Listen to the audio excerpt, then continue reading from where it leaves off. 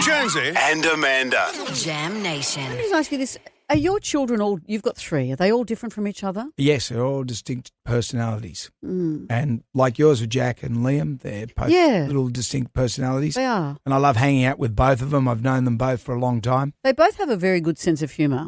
Liam's quite droll. Yep.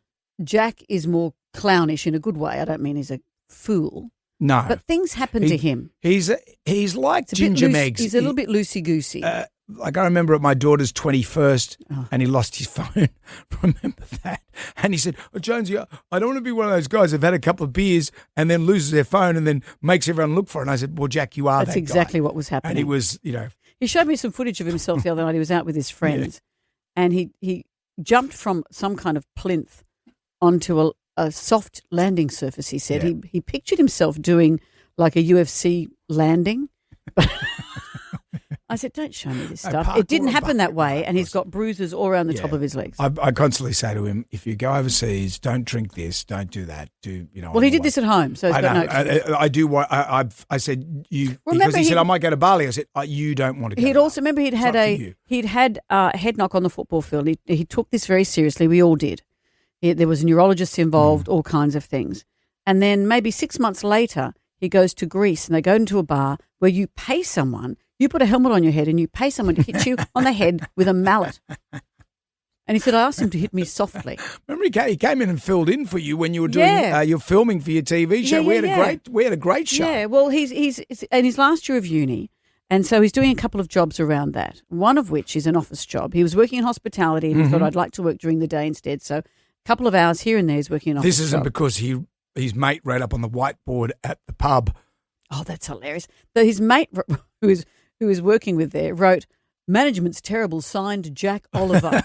And management told Jack off and he said, and Jack said, as if I'd write that. And they both had all their tips taken off them. Oh, I know. So, imagine that. Management's terrible, signed Jack Oliver. Unless he was the cleverest person in the world and thought, I'll do this and get away with it. No, anyway, he was second day on this new job in an office. And we can't say what sort of what field is he working in? It was a real estate office, and he's learning some clerical skills and things, and he knows one person there but not the others, new boy. And he'd also scraped his leg on a basketball court during that week. So he had a terrible graze down his leg. So he thought what he'd do is pop next door to the chemist and buy some betadine. So he goes into the bathroom, and he's got long pants on, he's dressed up. He thinks, I'll put the betadine on. Tries to take that little lid off the betadine. You know, the little metal stopper. The foil and it goes everywhere. And this is the day we'd spoken on air about people doing terrible things in toilets when they're going to open for inspections. Yeah. So here he is in a real estate office, and this brown stuff has smeared. And that stuff goes everywhere. All over himself, all over his hands, all over the wall and the seat in the bathroom.